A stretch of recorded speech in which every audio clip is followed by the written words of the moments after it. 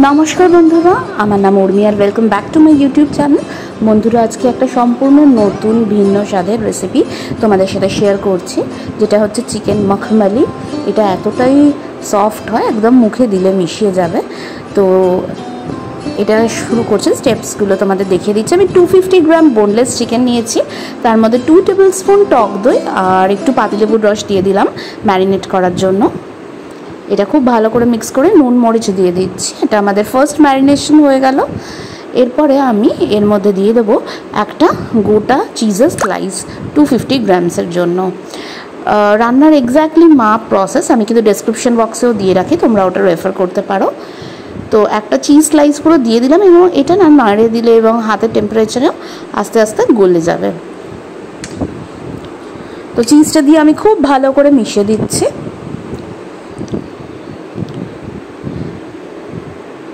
চিজটা যেই মিক্স হয়ে গেল, এরপর আমি এর মধ্যে 2 টেবিল স্পুন আদা রসুন কাঁচা লঙ্কা বেটেছি, তার মধ্যে 1 টেবিল স্পুন অ্যাড করে দিলাম। একটু সামান্য জলও দিয়ে দিয়েছিলাম যাতে খুব ভালো হয় পেস্টটা।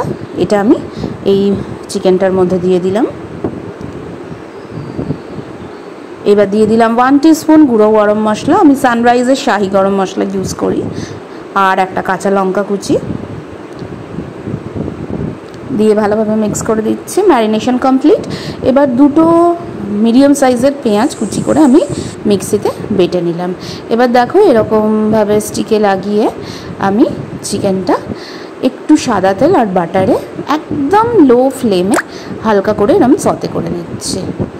দেখো খুব সুন্দরভাবে এটা একটা কাবাব টাইপের হয়ে গেছে।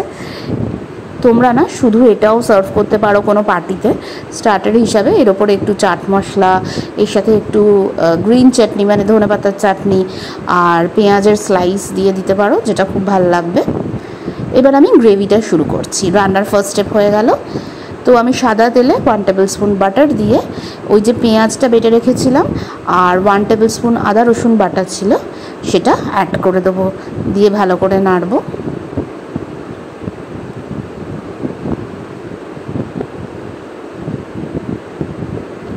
পেঁয়াজটা যখন নাড়া হয়ে গেল, আমি গোটা গরম মশলার মধ্যে 3টে এলাচ দিয়ে দিলাম আর 2টো লবঙ্গ। এবং এরপরে যখন আদা রসুন পেঁয়াজ গরম মশলা সব কিছু ভালোভাবে সতে হয়ে গেল, আমাদের চিকেনটাও আমি অ্যাড করে দিলাম। এরপর গুঁড়ো মশলার মধ্যে আমি দিয়ে দিয়েছি 1 টিস্পুন রেড মির্চ, 2 টিস্পুন ধনে গুঁড়ো বা ধনিয়া পাউডার, 1 টিস্পুন জিরে গুঁড়ো আর সামান্য নুন। এরপর আবার 1/2 টিস্পুন মতো গুঁড়ো গরম মশলা এর মধ্যে দিলাম এবং গ্রেভিতে অল্প একটু জলও দেওয়া হয়েছে। দিয়ে ভালো করে আমরা এটা নাড়তে থাকবো যতক্ষণ না গ্রেভিটা পুরো কুক হয়ে যাবে এবং চিকেনটাও একদম সফট হয়ে যাবে।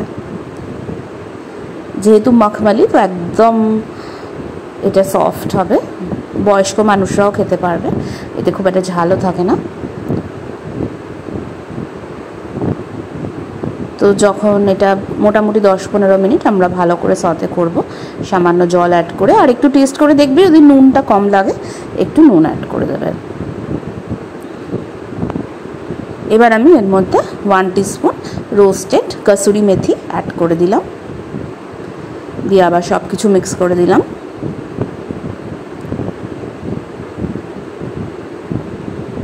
তো এবার আমি একটা সার্ভিং বলে এটা দিয়ে দিলাম। আমাদের রান্নার সেকেন্ড স্টেপ কমপ্লিট।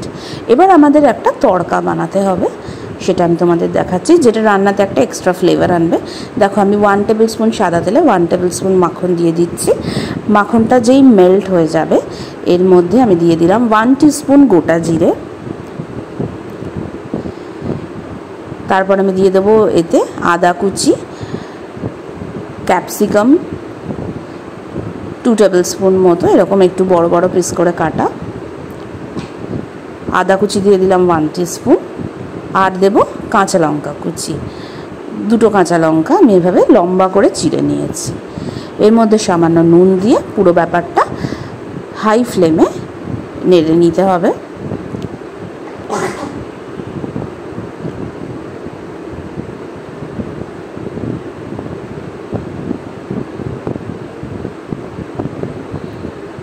এবার আমি ওই তরকাটা যেটা বানিয়ে রেখেছিলাম আমার চিকেনের মেন গ্রেভির সাথে অ্যাড করে দেবো। এতে খুবই সুন্দর একটা ফ্লেভার হবে এই গ্রেভিটাতে।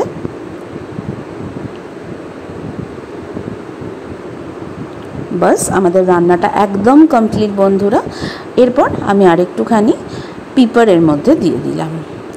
আর হ্যাঁ, কাবাবটা বানানোর পর আমি ওর মধ্যে একটুখানি চাট মশলা দিয়ে দিয়েছিলাম। এটা কম্পালসারি না, চাইলে দিতে পারো, নয়তো স্কিপ করতে পারো। তো আমাদের রান্নাটা একদম রেডি বন্ধুরা, এটা আজই ট্রাই করো, ভীষণ সহজে।